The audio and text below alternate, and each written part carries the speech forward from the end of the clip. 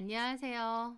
저는 막장 드라마 같은 사건을 겪고 난 뒤 5년간의 결혼 생활을 쪽낸 40대 여자입니다. 저를 울고 웃게 만들었던 결혼 생활이 끝이 났는데 그 끝은 후련하기도 하고 또 허무하기도 하고 그렇네요. 저는 제과점을 운영하고 있습니다. 저희 부모님은 고향에서 평생 동안 제과점을 운영하셨어요. 고소한 빵 냄새를 평생 맡으며 자란 저는 운명처럼 대학에서 제과제빵 전공을 하고 제빵사가 되었습니다. 여러 유명 베이커리에서 일도 하고 경력도 쌓은 저는 고향으로 돌아와 부모님이 하시던 제과점을 물려받게 되었어요. 부모님은 저한테 물려주고 좀 쉬고 싶어 하셨기에 제가 본격적으로 맡아서 하게 된 것이죠. 저희 부모님도 실력 좋은 부부 제빵사로 원래 가게도 인기가 많긴 했지만 베이커리에도 트렌드가 있거든요. 저희 부모님의 빵들은 예전 스타일인데다 재료나 종류도 한정적이었죠. 단골 손님들은 많았지만 새로운 손님 유입도 잘 되지 않았고요. 저는 제가 맡은 이상 전반적으로 변화를 주기로 했고 더 크게 발전시키고 싶었습니다. 가게 인테리어도 바꾸고 확장도 하고 빵 메뉴들도 시그니처 빵 몇 가지 빼고는 리뉴얼을 전반적으로 다 했습니다. 커피도 판매를 하고요. 엄마 아빠가 평생 일궈오신 가게에 누가 되지 않게 최선을 다했고 그런 노력 덕분인지 꽤나 성공적으로 자리를 잡게 되었습니다. 제 남편은 원래 저희 매장에서 일하던 제빵사 중 한 명이었습니다. 같은 학교의 한 학년 선배이기도 하셨죠. 가게 세 단장 후 제 오픈을 했을 때 뽑았던 직원이었는데 뽑고 보니 같은 학교 선배시더라고요. 제가 사장이긴 하지만 그 남자는 저보다 한 살이 많고 또 학교 선배기도 하잖아요. 그러면 아무리 사장이라고 해도 저를 좀 가볍게 대할 수도 있을 것 같은데 그 남자는 저를 진심으로 존중하고 사장님 대접도 깍듯하게 해주더라고요. 계속 고향에 남아서 제빵 일을 했던 본인과 달리 다른 지역의 유명한 베이커리에서 일을 하고 경력을 쌓은 제가 대단하다고도 했습니다. 솔직히 이런 쪽 일을 하면 여자인데다 나이가 좀 어리면 아무리 일을 잘해도 무시를 당할 때도 많았는데요. 그 남자는 제 경력과 수상 이력, 제 일에 대한 지향점과 비전 등에 대해서 늘 대단하다, 멋지다, 훌륭하다 라고 붙돋아주는 사람이었습니다. 제가 새로운 변화도 잘 받아들이고 트렌드에도 민감하다 보니 성공할 수밖에 없다고 하면서요. 그게 사장인 저에게 아부를 떠는 것처럼 보이지 않았고 진심으로 저를 존중하고 믿는 느낌이 컸습니다. 그리고 본인도 경력이 없지 않은데도 저에게 새로운 레시피를 배우려고 할 때는 몹시 적극적이었어요. 사장과 직원 또 남자와 여자의 관계를 다 떠나서 인간 대 인간으로 서로가 서로를 존중하고 배울 점이 많다고 생각했던 거죠. 그리고 저도 어느 순간부터 그 남자를 많이 믿고 의지하게 되었습니다. 운영적인 부분도 그렇지만 심적으로도요. 서로 좋은 호감이 있는 상태에서 일을 계속 해오다가 어느 순간부터 자연스럽게 가게 밖에서도 만나고 연락도 주고받으면서 사귀게 되었어요. 8년 정도 같이 일을 했고 1년 정도 사귀고 결혼을 한 것이죠. 다만 저는 결혼 전부터 미리 일컬어둔 부분이 있었습니다. 바로 임신이 어려울 수도 있다는 거였죠. 한창 바쁘게 일을 할 때 배가 자주 아파서 병원 검진을 받게 되었고 자궁 쪽 문제가 있다는 것을 알게 되었습니다. 선천적인 자궁 문제였고 수술도 받긴 했는데 추후 임신은 어려울 수도 있다고 진단을 받았습니다. 임신이 아예 불가능한 건 아니지만 임신 확률이 일반 사람에 비해서는 많이 떨어지고 어렵다고 하더라고요. 그때 저는 일에 미쳐있던 상태고 딱히 결혼 생각도 없었기에 임신이 어렵다고 해도 별 생각이 없었습니다. 하지만 막상 결혼을 하려고 보니 그 생각이 먼저 들면서 걱정이 되더라고요. 저는 그 남자에게 제 몸 상태에 관한 얘기를 전부 다 했고 불가능한 건 아닌데 임신이 어려울 수도 있다는 얘기도 했습니다. 그리고 이건 예비 시부모님께도 미리 알려야 될 것 같다고 했죠. 그런데 오히려 그 남자는 차라리 잘 됐다며 결혼해도 애 없이 살자고 하더라고요. 결혼을 하면 아이를 왜 꼭 낳아야 되는지 모르겠다고 하면서요. 보통 남자들은 자기 자식을 갖고 싶어 한다고 생각했는데 그 남자는 특이하게도 자식을 별로 안 갖고 싶다고 했던 겁니다. 혹시 내 건강상의 문제 때문에 일부러 그렇게 말해주는 것이냐 물었는데 그 남자는 전혀 아니라고, 자기는 원래부터 결혼은 해도 자식은 안 갖고 싶었다고, 자식을 낳으면 해줘야 될 것도 많고 돈 들어갈 일도 많고 신경 쓸 것도 너무 많지 않느냐, 피곤할 것 같다고, 그래서 원래 결혼은 해도 아이는 안 낳고 싶었다라는 겁니다. 아이를 원하지 않는 남자와 임신이 어려운 저, 이렇게만 두고 보자면 차라리 천생연분이더라고요. 하지만 저는 그래도 부모님께 말씀은 드리라고 했고 그 남자는 자기 부모님도 괜찮다고 했다는 말을 전했습니다. 그렇게 저희는 결혼을 하게 되었고 아이 없는 딩크 부부로 살기로 했습니다. 같이 출근하고 퇴근하고 집에 같이 가고 쉬는 날은 함께 데이트하고 행복한 신혼생활이었어요. 저희 사이에는 아이가 없었기 때문에 오히려 더 편하고 자유로운 부분도 많았습니다. 두 사람 사는 거라 돈 나갈 일도 많지 않았기에 돈을 모으기에도 유리했어요. 제 가게가 잘 됐기 때문에 금전적으로 여유로운 것은 말할 것도 없고요. 또 결혼은 했지만 마치 연인처럼 사는 것 같아서 더 좋기도 했습니다. 그런데요, 한 5년 정도 지나고 나니까 아쉬운 부분이 생겨나더라고요. 남편보다 제가 더욱 그랬습니다. 제 아이를 갖고 싶다는 마음이 생겨난 것이죠. 지나가는 아이만 봐도 저도 모르게 예쁘다, 귀엽다 소리가 절로 나고 눈길이 자꾸 갔습니다. 부러운 마음도 들고요. 또 우리 부부 사이에 아이가 있었다면 어땠을까 라는 생각도 이따금씩 들었어요. 제가 이런 얘기를 하면 남편은 에이, 애 있으면 힘들어. 쉬지도 못하고 없는 게 속 편한 거야. 라고 했습니다. 남편이야 확신의 딩크니까 아이는 없어도 된다고 하는 거겠지만 엄밀히 말하면 저는 임신이 힘든 상황인 거지 아이를 안 갖고 싶은 건 아니었으니까요. 내 자식이 있으면 참 예쁘고 행복하겠다. 힘들어도 엄마 노릇 잘 해볼 수 있는데 라는 아쉬움이 자꾸 들었죠. 사람은 누구나 가보지 못한 길을 아쉬워한다고, 아이가 없다 보니 저는 그런 생각이 좀 들었던 것 같아요. 그래서 한 번은 남편에게 진지하게 얘기한 적도 있습니다. 근데 우리가 딩크인 건 맞는데 나는 요즘 지나가는 아이만 봐도 너무 예쁘고 좋은 거 있지? 왜 또 그래? 그냥 그런 생각은 할 수도 있잖아. 자기는 정말 그런 생각이 아예 없어? 우리 사이에 자식이 있었으면 하는. 솔직히 있어도 뭐 어쩔 거야. 자기도 몸이 그렇게 좋지도 않고 임신도 힘들다며. 근데 병원에서 아예 임신이 불가능하다고는 안 했거든. 그치만 어렵다고 한 건 맞잖아. 나는 그래도 뭔가 아쉬워. 병원에서 그렇게 말은 했지만 사실은 내가 임신이 가능한 걸 수도 있잖아. 근데 당신은 아이를 아예 원하지 않으니까. 뭐, 그렇긴 한데.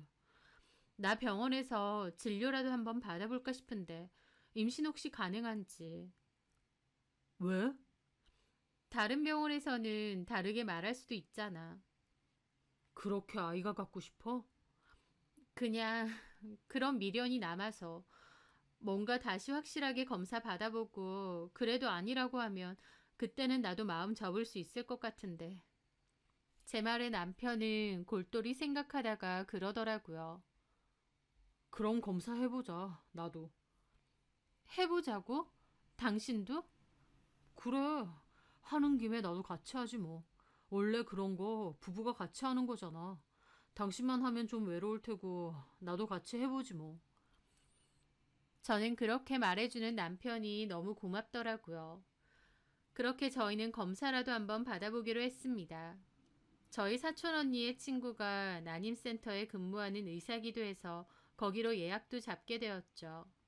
하지만 검사를 하고 나서 저는 역시나 제 몸 상태가 자연 임신은 힘들 것이라는 결과를 듣게 되었습니다. 그래, 내 인생에 자식은 없을 건가 보다. 그렇게 저도 단념을 했죠. 그렇게 시간이 흘렀던 어느 날 저는 볼 일이 있어서 밖에 나갔다가 살 게 있어서 잠깐 마트를 들리게 되었습니다. 그런데 거기서 아는 얼굴이 보이는 거예요. 가만 보니 대학 동기인 혜정이었죠. 어머, 혜정이? 제가 아는 체를 하자 혜정이는 저를 보고는 깜짝 놀랐습니다. 미연이? 세상에, 여기서 다 보네. 오랜만이다. 그러게. 그런데 혜정이는 혼자가 아니었어요. 혜정이의 가슴팍에는 돌도 안 된 것 같은 아기가 아기띠로 안겨 있었거든요. 어머나 세상에, 너네 애야? 예쁘다. 딸이니? 아들이야. 정말? 그래, 너 결혼하고 다른 지역으로 이사 갔다는 말은 들었어. 남편은? 제 말에 혜정이는 좀 많이 곤란해하더라고요. 제 눈치를 힐끗거리는 것 같기도 하고요. 그러더니 실은 나 이혼했어. 아, 그랬구나. 미안해. 몰랐어. 미안하긴. 혜정이는 이혼을 했다고 했습니다. 혜정이 가슴팍에 안겨있는 아기가 너무 어린데 이혼을 했다니 저도 사뭇 놀랐죠. 나도 네 얘기 들었어. 부모님 제가 좀 물려받았다며? 엄청 잘 된다고 그러던데? 아, 어, 내가 운영하고 있어. 너 그때 학교 졸업하고 서울에 있는 유명한 제과점으로 취업 간다고 했잖아.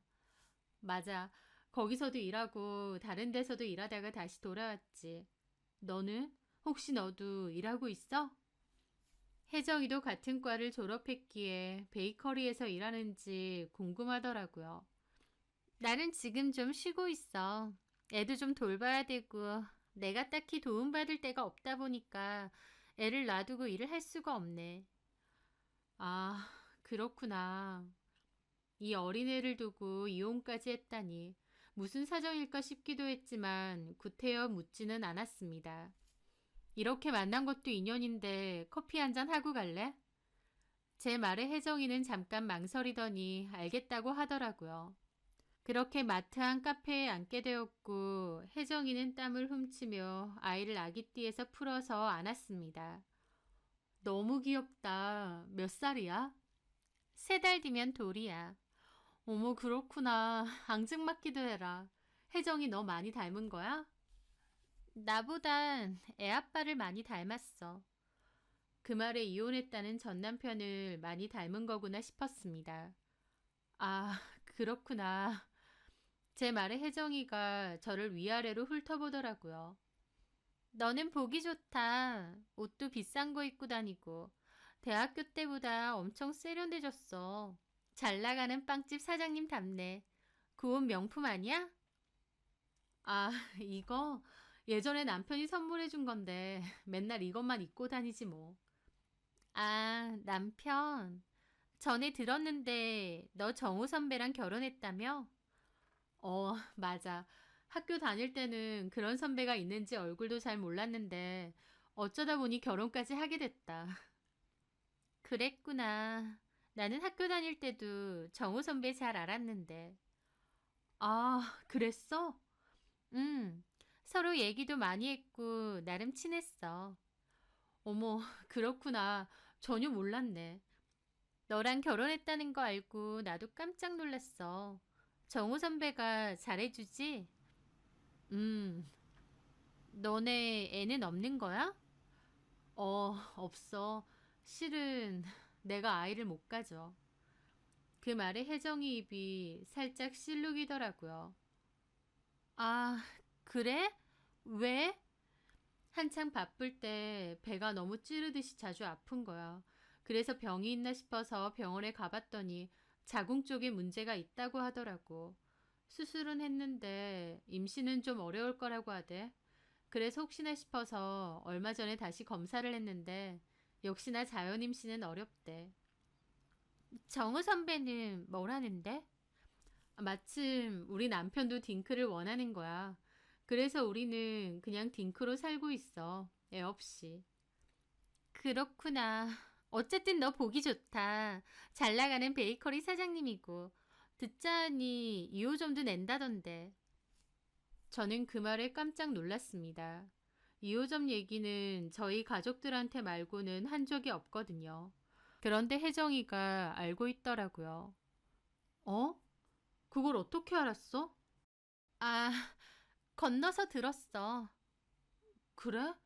내가 누구한테 얘기했지? 장사가 그렇게 잘 되면 2호점도 내야지. 보통 그렇게 하잖아. 그런가? 아, 나도 나중에 일해야 되는데. 지금은 당장은 애가 있으니까 그것도 쉽지가 않네. 친정 부모님은 멀리 계셔? 엄마는 예전에 돌아가셨고 아빠는 다른 지역에 사시는데 재혼하셨어. 도움받을 곳이 마땅치 않아. 이혼하고 나서 혼자서 어떻게든 살아야 되는데 막막하네. 저는 혜정이의 말에 조심스럽게 물었습니다. 무슨 이유로 이혼했는지 모르겠지만 전 남편한테 양육비 같은 건 안 받아?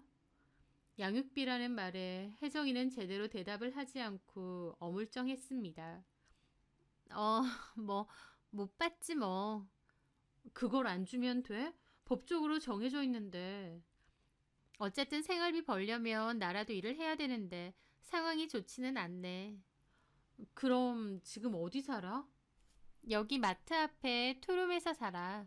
그나마 한부모 지원금 그런 게 있어서 그런 거 좀 받고 애기 크고 나면 나도 일을 좀 찾아봐야지.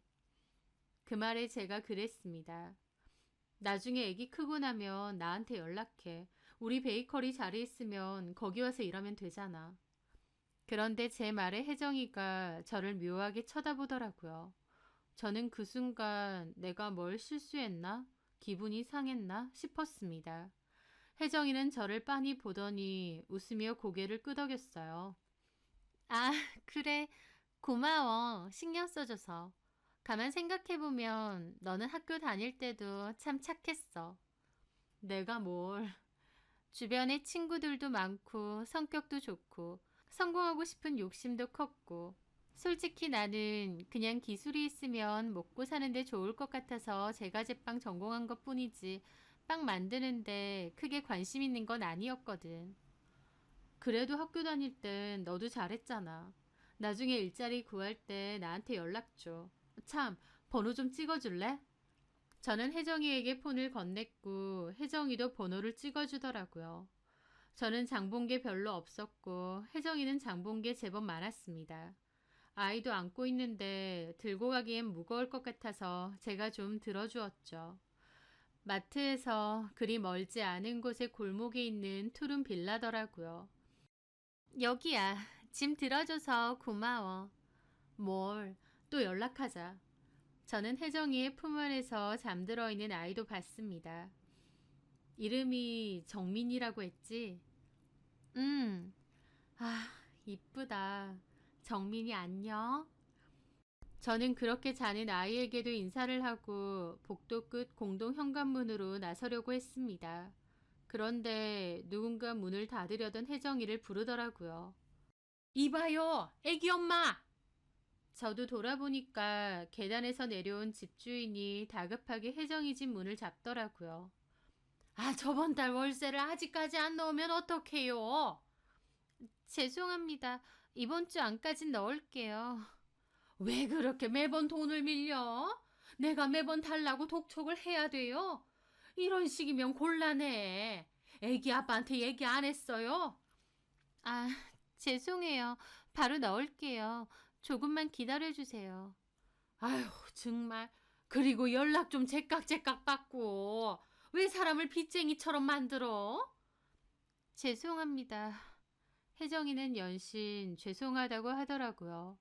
저는 그 모습을 보다가 혜정이가 무안할까봐 모른 척하고 그냥 나갔습니다. 그때 이후로 혜정이가 자꾸 떠오르더라고요.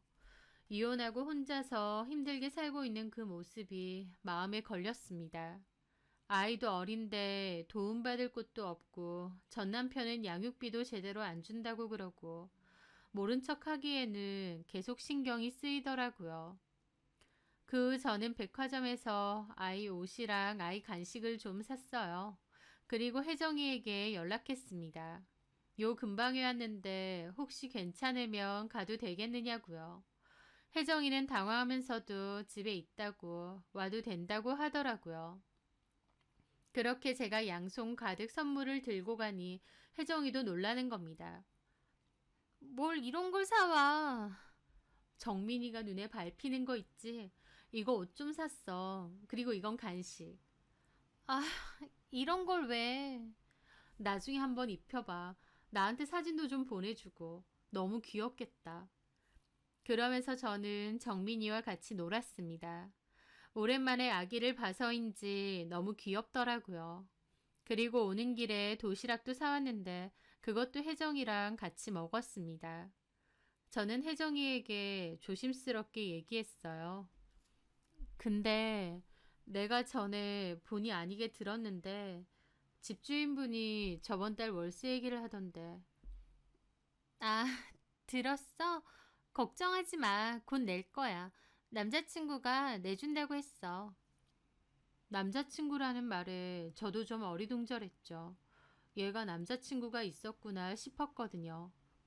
아, 실은 저번에는 말 제대로 못했는데 우리 정민이 전 남편애 아니야. 이혼하고 가진 애야. 나 남자친구가 있어. 아, 그래? 응. 사정이 있어서 같이는 안 사는데 어쨌든 애기 아빠가 있어. 그렇구나. 근데 아까 그걸 왜 물어? 너 혹시 내 월세라도 도와주려고? 혹시 너 사정 어려우면 좀 도와줄까 싶기도 했지. 제 말에 혜정이는 표정이 묘하더라고요. 그러더니 고마워 말이라도. 그런데 나 사는 거 그렇게 어렵지 않아. 네가 보기엔 내가 좀 사는 게 구질구질해 보일 수도 있겠지만 아니야. 무슨 그런 말을 해. 나는 그런 뜻이 아니라. 어쨌든 나 그렇게 힘들진 않아. 남자친구가 월세도 매번 내주고. 걱정하지 마. 잘 됐다. 저는 혹시 혜정이 사정이 어려우면 월세를 좀 도와주려고 했습니다. 친구니까 얼마든지 도와줄 수 있다고 생각했거든요. 하지만 혜정이는 괜찮다고 남자친구가 도와줄 거라고 거절하더라고요. 그래도 도움받을 수 있는 남자친구라도 있고 애기 아빠도 있다고 하니 좀 안심도 됐었죠. 저는 그 후에도 한 번씩 혜정이와 연락을 주고받았고 혜정이도 저에게 한 번씩 연락을 했습니다. 저는 반찬 같은 거 만들면 혜정이 목도 더 만들어서 따로 전해주기도 했고 아이 필요한 것도 종종 사주었죠. 애기 키우다 보면 본인 밥도 못 차려 먹는 일이 많다고 해서 일부러 그렇게 한 것이었습니다. 제 딴에는 대학교 때 친했던 친구가 힘들게 사는 걸 보니 신경이 쓰이기도 했고 이왕 이렇게 다시 만난 거 연락하며 잘 지내고 싶기도 했거든요. 그런데 얼마 뒤 저는 몹시 황당한 일을 마주해야 했습니다. 그때는 한창 2호점 공사를 시작하고 있었을 때였고 저는 본점과 공사 중인 2호점을 오다니며 바쁠 때였어요. 그러다가 은행에 갈 일이 있었고 간 김에 오랫동안 하지 않았던 통장 정리를 다 하게 되었죠. 제 거 하는 김에 남편 명의의 통장들도 다 들고 가게 되었습니다. 그런데요. 남편 통장을 정리하다가 남편이 정기적으로 60만 원을 어떤 곳에 이체했다는 것을 알게 되었습니다. 날짜는 규칙적이지 않았지만 60만 원이라는 금액은 똑같더라고요. 게다가 받는 사람의 이름 때문에 저는 멈칫할 수밖에 없었습니다. 왜냐면 받는 사람의 이름이 조혜정이라고 되어 있었거든요. 이혼하고 혼자 아이를 키우는 제 친구 이름이 바로 조혜정입니다. 황당하더라고요. 이 조혜정이 내 친구 조혜정이 맞나 싶기도 하고요. 물론 동명이인일 수도 있겠지만 도저히 뭐 때문에 이 사람에게 남편이 매달 돈을 보냈는지 알 수가 없었습니다. 그 순간 머릿속에서 그 말이 번뜩 떠오르는 겁니다. 애 아빠가 월세를 매달 보내준다는 얘기요. 설마 싶더라고요. 그리고 혜정이는 원래 저희 남편을 알고 있었다는 얘기도 떠올랐습니다. 머릿속에서는 설마 하는 생각이 가득 찼어요. 저는 오랜 고민 끝에 남편 폰을 한번 뒤져보기로 했습니다. 결혼하고 나서 처음이었죠. 남편이 잠든 틈을 타 남편 폰을 빼돌렸고 혜정이의 번호를 검색해봤어요. 그랬더니 바로 저장된 이름이 뜨는데 저장명이 혜정이가 아니라 정민이로 뜨는 겁니다. 정민이는 혜정이의 아들이었죠. 황당한 기분으로 둘의 통화 내역을 살펴보니 최소 2, 3일에 한 번은 통화를 했더라고요. 게다가 카톡을 주고받은 내용도 있었습니다. 오빠, 정민이가 아빠 보고 싶대. 언제 올 수 있어? 이번 주는 좀 힘들 것 같은데 2호점 준비로 바쁘거든. 너무 슬프다. 미안해. 바쁜 거 끝나면 자기 좋아하는 딸기 사들고 갈게. 오빠, 나 이번 달 월세가 또 밀렸어. 돈 좀 보내줘. 아, 깜빡했네. 알았어. 보낼게. 돈은 있는 거지? 있어. 매번 월세 달라고 해서 미안해. 미안하긴. 그런 소리 하지 마. 내가 그거라도 해야지. 나중에 오빠가 2호점 사장하면 그때 나 취업시켜줘. 거기서 일하게. 그래. 나 미연이 만났다는 거 얘기했지? 어, 요즘도 연락해? 연락하지 마. 괜히 걸려. 나는 안 하고 싶은데 지가 자꾸 해. 반찬 준다고 하고 지네 가게에서 안 먹는 빵 갖다 주고 필요 없다는데도 자꾸 그래. 강미연, 나 이혼하고 혼자 애 키우고 산다 하니까 동정하는 것 같아 짜증나. 착한 척 하면서 나한테 우월감 느끼는 거지. 재수없어 진짜. 그냥 연락을 받지 마. 그러다가 들키기라도 하면 어떡해. 들키면 어쩔 수 없지 뭐. 우리 정민이 오빠애라고 말해버리지 뭐. 아직은 안 돼. 2호점 내 명의로 해준다고 했으니까 그것만 받고 좀 생각하자. 제발 그 전까진 일 만들지 마.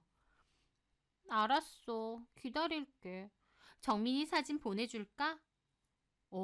좀 보내줘. 보고 싶다.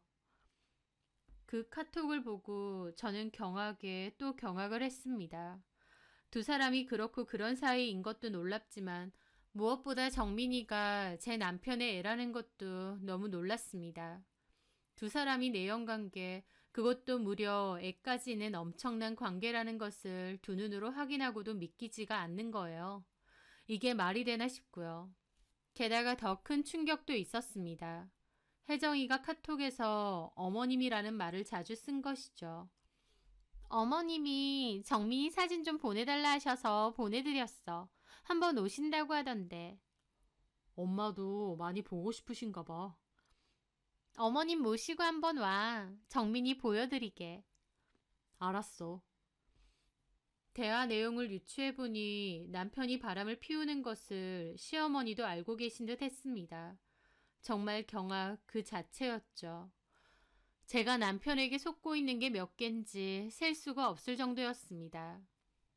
남편이 나 몰래 바람을 피웠다는 것, 그 상대가 내 대학교 동기인 혜정이라는 것, 정민이를 내 남편 애라고 하는 것, 거기다가 시어머니까지 이 모든 사실을 알고 있는 것, 이 엄청난 사실들을 받아들여야 되는데 머리가 다 어지러지랬죠. 도대체 두 인간이 언제부터 만난 건지 가늠도 되지 않았습니다. 꿈인가 생신가 싶은 심정이었고 믿기지가 않아서 그 둘의 카톡을 읽고 또 읽었습니다. 저한테 티 한 번 내지 않고 두 집 살림을 했던 남편이 무섭기까지 하더라고요. 게다가 2호점 어쩌고 하는 거 보니 이 인간이 작정하고 나를 배신하려 했구나 싶기도 했습니다. 왜냐면 저는 새로 오픈하는 2호점은 남편을 대표로 해주기로 했거든요. 본점은 제가 대표로 맡아서 하고 2호점은 남편을 대표로 세워주려고 했죠. 제 딴에는 남편 면 세워주려고 그렇게 하기로 했고 남편도 열심히 잘해보겠다고 했습니다. 그런데 이 대화를 보니 제가 2호점 주면 그걸로 제 뒤통수를 치고 혜정이랑 살려고 했었나 싶었죠.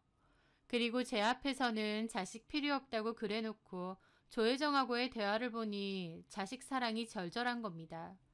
정민이 사진 좀 보내라, 보고 싶다, 오늘 뭐 했냐 등등 관심이 너무 많은 겁니다. 저한테는 애 있어봤자 피곤하다고, 자식 필요 없다고 했지만 정작 본인은 저 몰래 숨겨놓은 자식이 있는 거였죠. 기가 막혔는데요. 그런데 그 와중에 뭔가 좀 이상하더라고요. 제가 알고 있는 것과 다른 게 있었거든요. 저는 모든 것을 뒤집어 엎기 전에 확실하게 해야 된다는 생각이 들었습니다. 그날 이후 저는 시치미를 뚝 떼고 저희 가게 빵을 챙겨 들고 혜정이네 집에 갔어요. 저를 맞이하는 혜정이의 얼굴을 보는 순간 속에서 욕지거리가 튀어나오려는 걸 꾹꾹 참았습니다. 빵을 뭘 또 이렇게 많이 갖고 왔어? 너 많이 먹으라고. 커피라도 한 잔 줄까? 그렇게 저는 집 안으로 들어갔습니다. 커피를 준비하는 혜정이의 뒷모습을 물끄러미 보는데 이루 말할 수 없는 복잡한 감정이 떠오르더라고요. 제가 정말 내 남편이랑? 보고도 믿기지가 않았죠. 그리고 혼자 앉아서 놀고 있는 아이를 보는데 기분이 정말 이상했습니다. 이 애가 정말 내 남편의 애라고? 이게 말이 되나?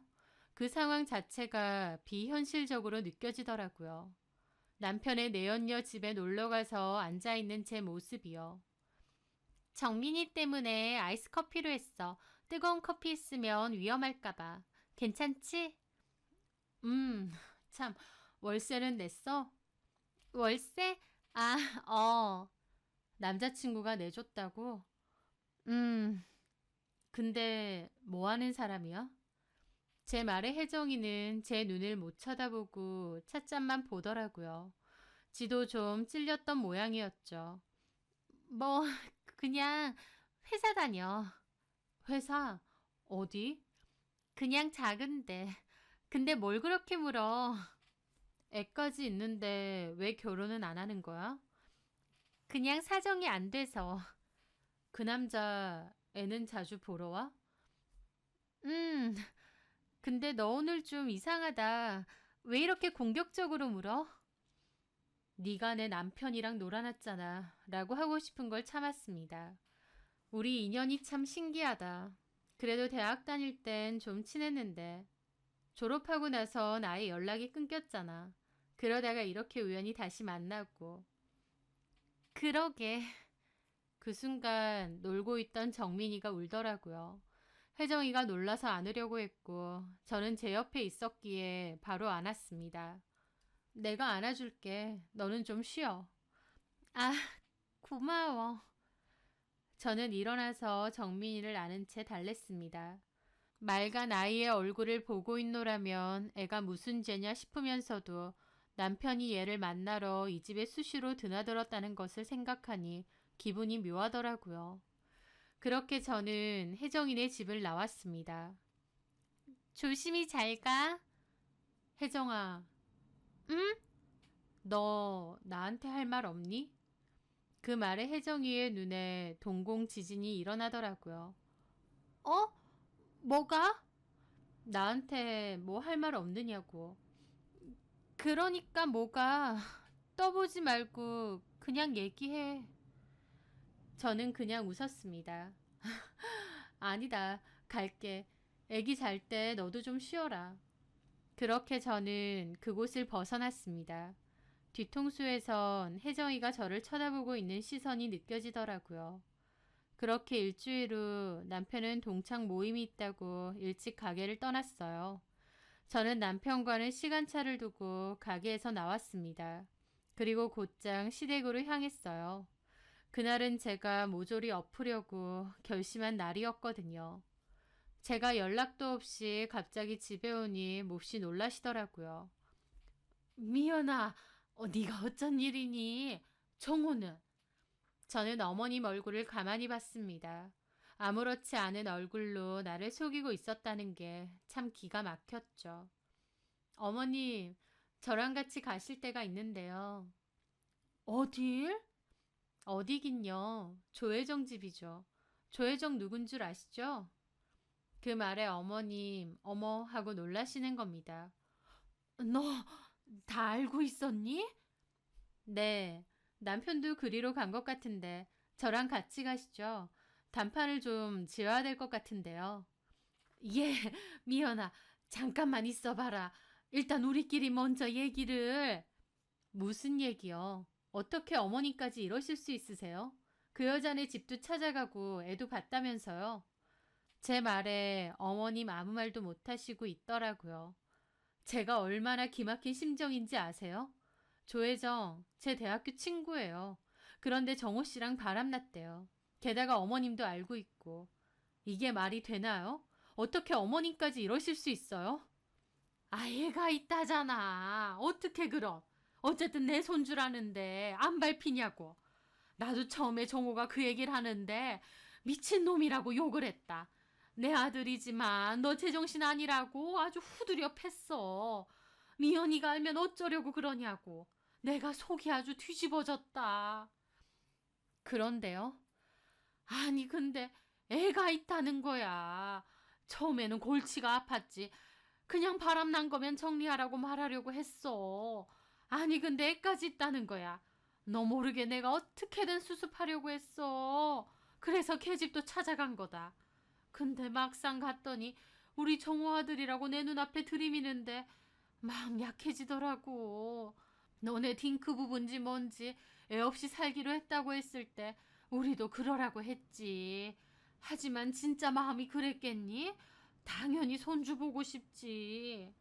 근데 너네 부담 줄까봐 암소리 안 했다. 그런데 뻔히 정호 자식이라고 눈앞에 들이미는데 손주라고 생각하니 나도 마음이 달라지더라고. 눈에 계속 밟히고 보고 싶고. 너한테 죄 짓는 건 알겠는데 나도 이러면 안 되는 거 아는데 어쩔 수가 없었어. 어머님, 아무리 그래도 이건 아니죠. 어떻게 다 짜고 저를 속일 수가 있으세요? 내 입장 대봐라. 마냥 모른 척 할 수가 없다. 기가 막혔습니다. 시부모님은 저희가 아이를 안 가진다는 것을 이해해 주신다고 했지만 사실은 굉장히 아쉬우셨던 거예요. 그러다가 조혜정이 제 남편의 애를 낳았다고 하니 그리로 마음이 홀라당 가버린 거죠. 저는 참담한 기분으로 말했습니다. 일단 저랑 가세요. 가서 단판을 지어야 될 것 같아요. 나까지? 당연하죠, 어머님. 어머님도 일에 포함이세요. 아휴, 네가 애만 가졌어도 내가 이러지 않았지. 하면서 은근하게 제 탓까지 하시더라고요. 저는 아무 말 안 하고 나가서 차에 시동 걸었습니다. 어머님도 죽을 상을 하고 따라와서 차에 올라타시더라고요. 그렇게 저는 곧장 조혜정 집으로 향했고 초인종을 눌렀습니다. 대답이 없더라고요. 다 알고 왔으니 문 열어. 여기 어머님도 와 계셔. 그 말에 잠시 뒤 남편이 파랗게 질린 얼굴로 문을 여는 겁니다. 여, 여보. 남편이 막상 조혜정 집에서 나오니 속이 통째로 뒤집히는 기분이 들었습니다. 일단 들어가. 그렇게 저와 어머님은 들어갔습니다. 조혜정도 놀란 얼굴로 쳐다보고 있더라고요. 저는 남편과 조혜정을 번갈아 쳐다봤습니다. 기가 막혀 말이 안 나온다. 내가 살면서 이런 일을 겪을 줄은 몰랐네. 여보, 내가 지금 당신 때려도 할 말 없겠지? 저는 그 앞에서 남편 싸다기를 때렸습니다. 어머님도 소리는 지르셨지만 저지른 죄가 있으니 말리지도 못하시더라고요. 그런데 조혜정이 야 그만해. 정민이도 다 보잖아. 애 앞에서 이게 무슨 짓이니? 라는 겁니다. 그 말에 기가 막히더라고요. 너도 맞을래? 뭐라고? 친구 남편하고 놀아나서 애까지 낳은 주제에 무슨 할 말이 있어서 떽떽거리고 있니? 네가 인간이야? 제 말에 혜정이는 아무 말 못하더라고요. 나는 그것도 모르고 너 도와주려고 그랬는데. 누가 도와달래? 사람 동정하는 것도 아니고 네 도움 따위 필요 없거든? 아, 그러셔. 그래서 내 도움은 필요 없고 내 남편한테는 도움을 받으셨어. 저는 남편에게 말했습니다. 당신이 자리에서 결정해. 나야 얘야. 어? 지금 바로 결정하라고. 남편은 한장스러운 얼굴이더라고요. 그 순간 혜정이가 남편을 붙잡았습니다. 오빠, 우리 정민이 생각해. 정민이, 미연이 쟤는 오빠 없어도 잘 먹고 잘 살아. 근데 나는 아니야. 나랑 우리 정민이는 오빠 없으면 죽어. 알잖아. 오빠, 우리 정민이 좀 봐. 응? 하면서 울고불고 매달리는데 진짜 눈 뜨고는 못 보겠더라고요. 전 남편도 괴로운 척을 혼자 다 하고 있는데 지켜보는 저는 아주 연병을 한다 싶었죠. 남편은 아무런 대답도 못하고 제 눈치만 보더라고요. 대답을 못한다는 것 자체가 이미 조혜정을 선택한 게 아니겠어요? 그래서 제가 그랬습니다. 오케이, 알겠어. 너 조혜정이랑 살아. 내가 이혼해 줄 테니까. 제 말에 남편도 놀랐습니다. 아니, 여보, 이러지 말고 우리 대화를. 너랑 나랑 무슨 대화가 필요해? 너 없으면 죽겠다는 조혜정이랑 아들 키우면서 살아. 어머님도 그게 좋으시죠? 손주가 눈에 밟히신다면서요. 제 물음에 어머님도 꿀먹은 벙어리 마냥 아무 말도 못 하시더군요. 지금 집, 내 집이니까 당신 짐 싹 뺄게. 미룰 것도 없이 협의혼하는 걸로 바로 처리하자. 이혼은 협의로 하면 될 거고 위자료 소송은 너랑 조혜정한테 둘 다 할 거야. 이제 정리됐지? 저는 그렇게 말했습니다. 셋 다 아무 말 못하고 있더라고요. 그렇게 저는 나가려다가 그랬습니다. 그냥 모른 척 할까 하다가 내가 너무 약이 올라서 안 되겠네. 야, 박정호. 어? 내가 너한테 해줄 얘기가 좀 있거든? 잠깐만. 저는 가방에서 폰을 꺼내 전화를 걸었습니다. 안녕하세요, 언니. 아까 낮에 전화드렸던, 예, 미연이요. 그때 검사 결과 얘기해 주셨잖아요. 그거 남편 검사 결과만 다시 얘기해 주시겠어요? 저는 난임 검사를 받았던 저희 담당 선생님에게 따로 전화를 걸었습니다. 저희 사촌 언니의 친구라는 분이요. 그리고 저는 모두 다 들을 수 있게끔 스피커폰으로 전화를 했습니다. 네, 미연 씨. 그때 남편분이 박정우 씨였고 두 분 같이 검사 받으셨잖아요.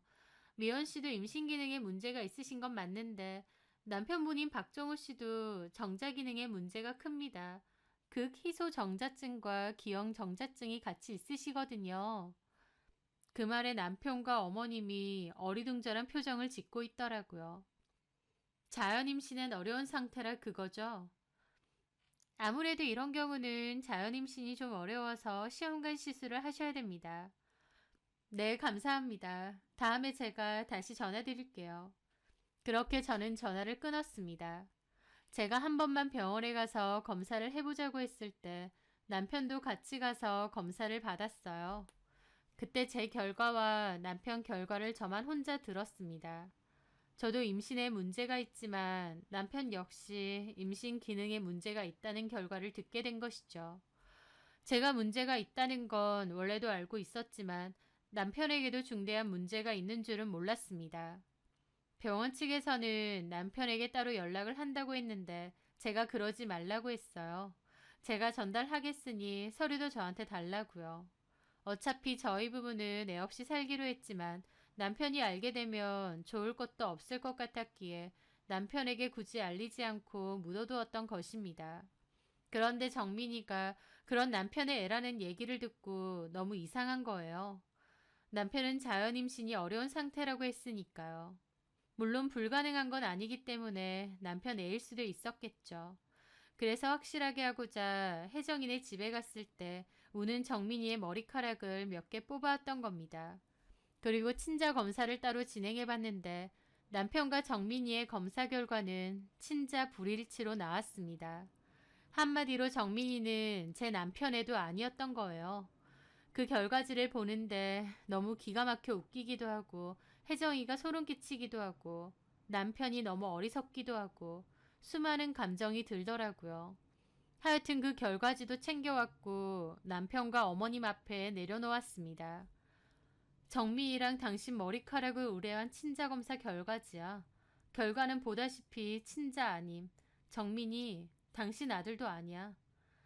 혜정이도 넋이 나간 얼굴이더라고요. 최소한 애엄마인 혜정이는 정민이가 제 남편의 애가 아니라는 걸 알고 있었을 겁니다. 모든 게 다 들키고 나니 망연자실한 얼굴이더라고요. 네가 내 아들 머리카락을 언제... 왜 남의 아들 머리카락을 함부로 뽑아? 그 말에 저는 코웃음을 쳤습니다. 야, 지금 이상하게 그게 중요하니? 그거 신경 쓸 때가 아닌 것 같은데? 어머님과 남편 둘 다 넋이 나가서 결과지를 보더라고요. 그러니까 정민이가 정원이 애가 아니라는 거야? 그런가 봐요. 혜정아, 너 이게 어떻게 된 거야? 어디 설명 좀 해봐라. 이게 다 뭔 소리니? 그럴 리가 없어요.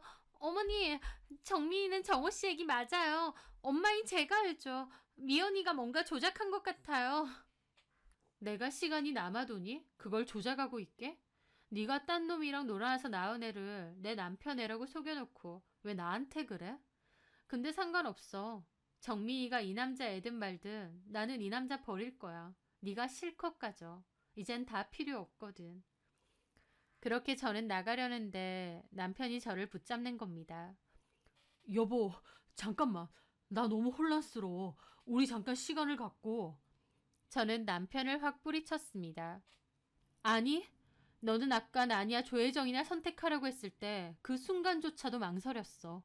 나도 이제 너 같은 인간 필요 없어. 그거야 정민이가 내 아들인 줄 알았으니까. 그래, 너도 속았겠지. 근데 그렇다고 너랑 조혜정이랑 안 놀아난 것도 아니잖아? 둘이 대화 보니까 2호점 내가 너한테 주면 그걸로 내 뒤통수 때리려고 했더라. 아니야, 그렇지 않아. 절대 아니야. 진짜 징그럽고 무섭다. 끝내줄 테니까 조혜정이랑 잘 살아봐. 애 키우면서. 물론 네 애는 아니겠지만 그래도 애 아빠라 생각하고 잘 키워봐. 그렇게 저는 나가려고 문을 여는데 어머님이 얼굴이 시뻘개진 채로 조혜정 머리통을 후려 갈기는 겁니다. 야 이년아, 네가 누구 인생 말아먹으려고 작정했어? 정우애 아니잖아. 아니에요 어머니, 정우 오빠애 맞아요. 결과지가 있는데 어디서 거짓말이야. 끝까지. 아이고 이게 다 뭔 짓이냐. 어머님 주저앉아 우시고 그 바람에 아이도 자지러지게 울고 조혜정도 울고불고 끝까지 변명하더라고요. 아니에요. 뭔가 잘못된 것 같아요. 어머님은 조혜정 밀치고 저에게 달려오셨습니다. 미연아, 한 번만 봐줘라. 어? 이 여우 같은 년한테 나랑 우리 정호가 다 놀아놨어. 놓으세요. 봐주고 말고 할 것도 없습니다. 어머님 아들이 자진해서 바람핀 거고 제 뒤통수 때리려고 한 것도 다 맞아요.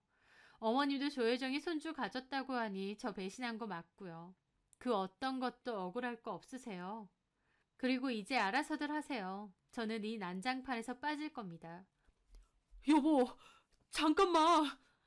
남편의 절규를 보면서 저는 그 집을 빠져나갔는데 남편이 이건 꿈이라며 발광을 하는 소리가 등 뒤에서 들리더라고요. 아주 놀고 있다 생각하며 유유히 그곳을 벗어났습니다. 집에 돌아간 저는 남편 짐을 싹 꾸려서 시댁으로 보내버렸습니다. 더불어 가게 안에 있던 남편의 짐도 싹 정리해서 버렸죠. 가게에서도 더 이상 남편의 자리는 없으니까요. 이혼 서류도 같이 보냈는데 남편은 도장 못 찍는다고 버티더라고요. 그러면 그냥 소송할 거라고 통보했습니다. 남편은 전화해서 울고불고 설명을 하더라고요.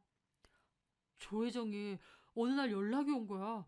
자기도 이혼하고 이 동네로 돌아왔는데 한번 볼 수 있느냐고. 대학교 때 좀 친하긴 했어도 따로 연락하는 사이는 아닌데 그래도 같은 학교 선후배니까 만났어. 술이나 한 잔 사주려고. 근데 얘가 작정하고 나를 그러고 나서 갑자기 자기가 임신을 했다면서 내가 애 아빠래. 처음엔 나도 지우라고 했어. 나 가정이 있다. 미연이랑 사는 거 알지 않느냐. 이러면 안 된다. 수술비까지 줬다니까. 근데 수술하겠다고 해놓고 뒤에서 몰래 애를 낳은 거야. 근데 막상 내 애라고 보니까 나도 마음이 흔들리는 거지. 자식 필요 없다고 했는데 막상 보고 나니까 계속 아른거리고 나도 미치겠더라고. 그래서 그 뒤로 어쩔 수 없이 걔네 집 가게 되고 그 과정에서 엄마도 아시게 되고 나는 정말 내 애라고 하니까 어쩔 수 없이 그랬는데 이제 와서 보니 조혜정 그 미친년이 나를 작정하고 속인 거야. 어디서 딴 놈에 임신하고 와서 내 애라고 뒤집어 씌운 거지. 그게 인간이냐? 악마지? 나는 그런 줄도 모르고 월세 주고 생활비 주고 당신하고 이혼하게 생겼으니. 하면서 억울해하는데 너무 어이가 없는 겁니다.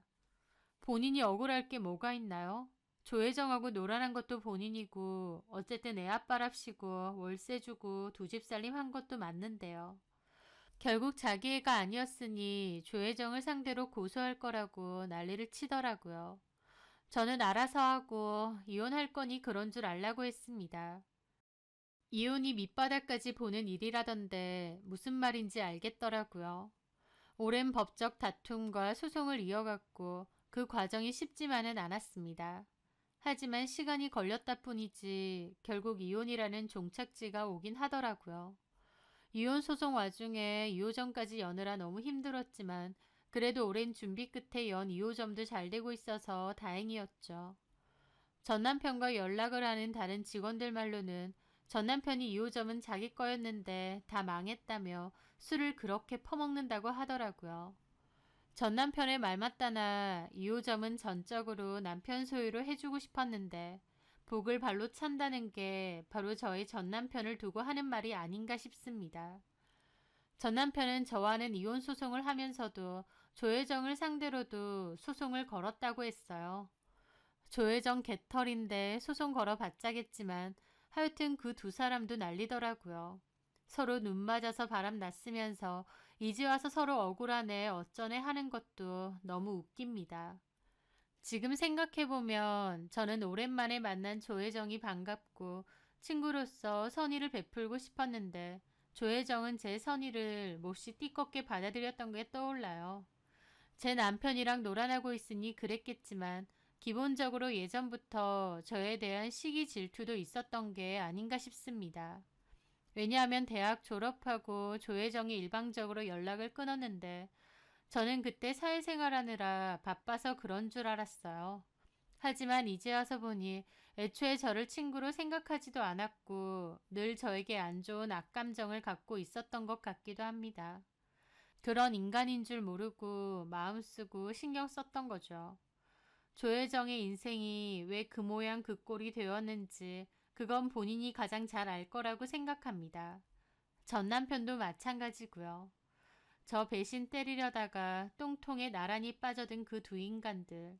저는 그것들 보란 듯이 더욱 잘되고 행복하게 살려고 합니다. 제가 하는 일에 더 정성과 마음을 쏟고 열심히 달려가 봐야겠네요. 제 사연 들어주셔서 감사합니다.